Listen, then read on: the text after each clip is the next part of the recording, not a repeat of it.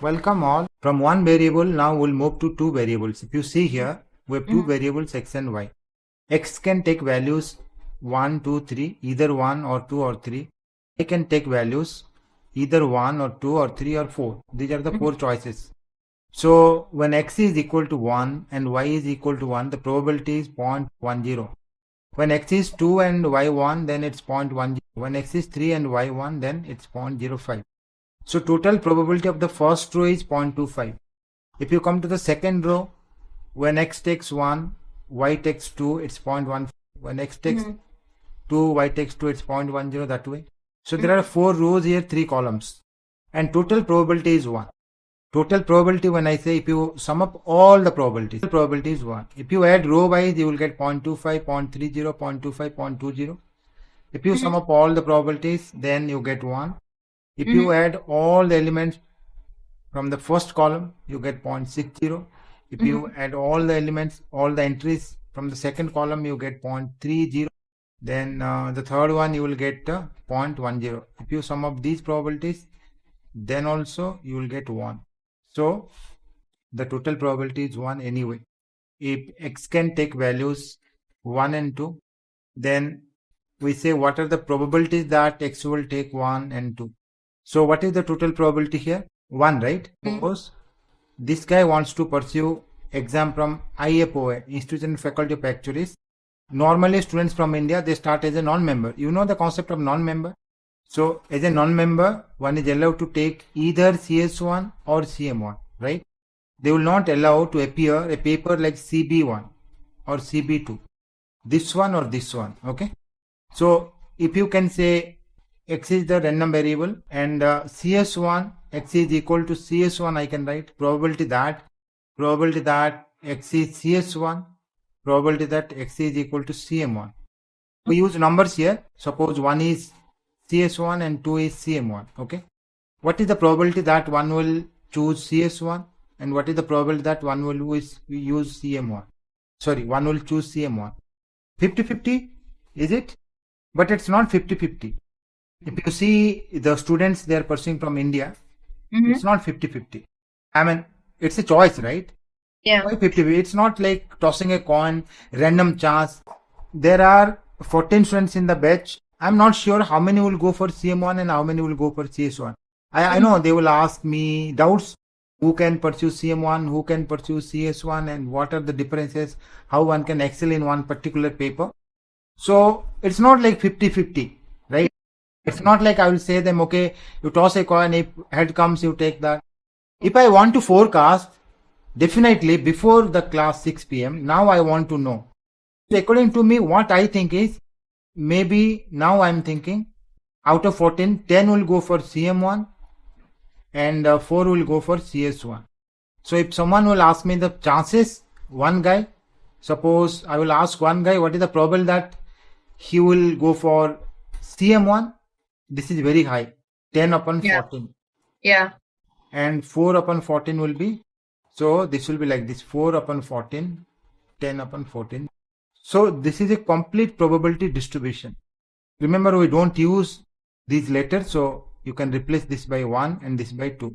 And this will be 1. 1 means you should know that we have taken 1 for CS1 to 10 upon 14. This is a simple probability distribution. Variable will go to two variables, x and y. Wherever we write, it doesn't matter. We write x here or y here, it doesn't matter. We'll see the values of x and y. Suppose x is equal to 1 and y value is equal to 1. Both are 1. Then the probability should be here.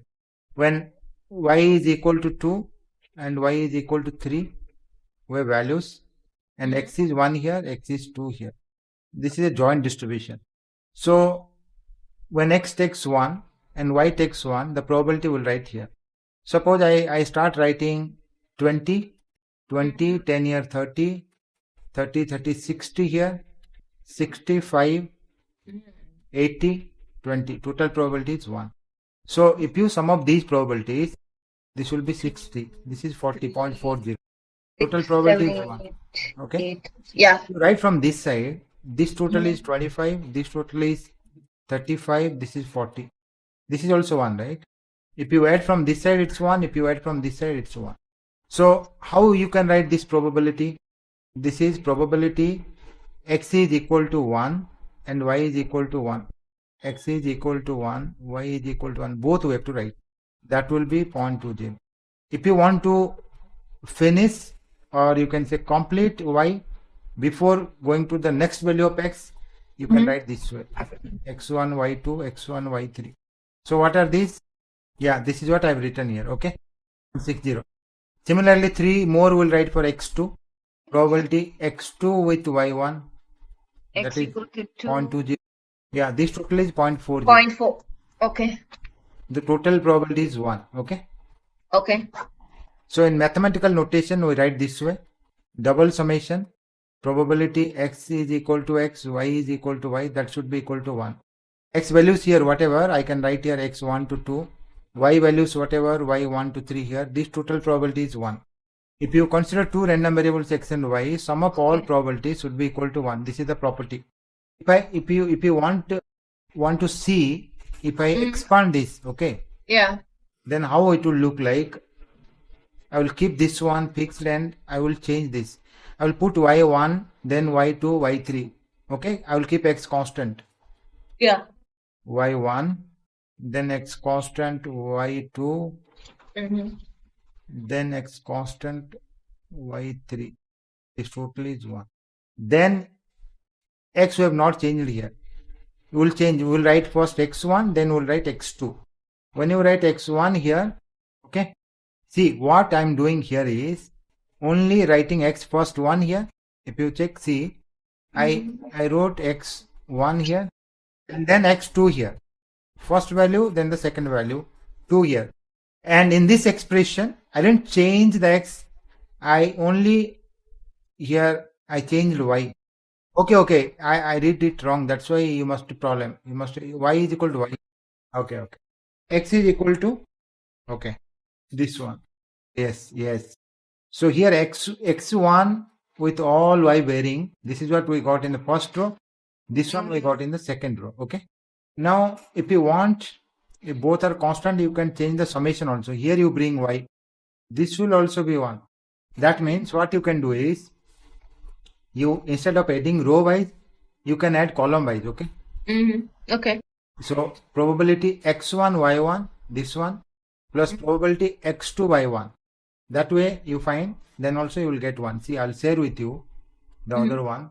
Here in this example, this is one way, and I'll show you the other way as well. See, this way I've written 0.3, 0.1, and this way also I've written. See here, yeah, both ways you can write. Now we'll go to marginal probability. Write here x and y once again, and suppose I have the probabilities like this: 0.20, 0.05, then 0.75. This is 1, and 0.75 plus this is 0.85, 0.95, yeah, 25, 75 is 1, 75, 10, 85, 95, 100. Okay, so when we have a table like this, now we have so many probabilities. What we can do is, instead of writing it here, we'll write this way: x is here and y is here. Now y can take values 1 and 2, how we have written there. Okay, another column. I mean, there are so many ways. If you write this way, y can take 2, y can take 1 value, and x can take values 1, 2, 3. This is not required. Now these are the values. What we'll do is, we fix y here, y at 1. Suppose y is fixed now at 1. Then what are the probabilities you will get? x1, y1, right? Yes. x2, y1, that way. Yeah, so this is the joint distribution. Yeah.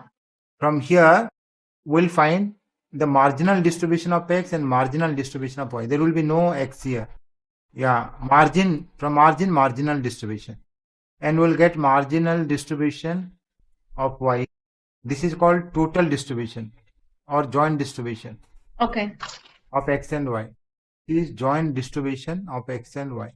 Now we'll write the distribution of x here this way. What are the values of x? 1 to 3, right? And what are the probabilities? I added this. So what is the formula for probability x is equal to x here? To watch movie with B, or I will go and watch movie with C. I'm A here. So ultimately, I'll go to watch movie, right? It doesn't But matter who is there with me. No. See, what I'm saying here is when I say probability x is equal to x in joint distribution, probability x is equal to x, y it could be anything, y is equal to 1 here. What are the values of y? Y can be 1 or 2.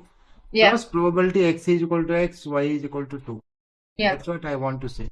So Okay. probability x is x when we say in joint distribution setting, that is summation, probability x is equal to x and whatever is y. Understood. Summation will be taken over y. X will not change. Okay. So now suppose you want to find from this formula, you tell me derive formula now. Okay. Using this one, considering this as a formula, you find probability x is equal to 1. Here we have written probability x2, probability x3. When you find probability x1, okay, this is 1, right? Yeah. This is 1, this is 1, this is 1. Yeah. So x1, keeping x1 fixed, y1, y2 you have to find. Yeah. So Y2. Yeah. sorry, this is not there. This is not there. Sorry? Yeah, this is not there. This is not a part. We have only two values of y, right? 1, 2. So this one plus this one. So that means 0.20 plus 0.05, right? 20 plus 0.05. This is what I've written here. And x is equal to 2. You put x2 here. How about this x3? This is marginal distribution of x. We have marginal distribution of y as well. Oh, then that means the total everything I have written wrong. Oh, so 10, 10, 20, 25. So I need to write 50 here. Here also, even if you add everything, it's not 1.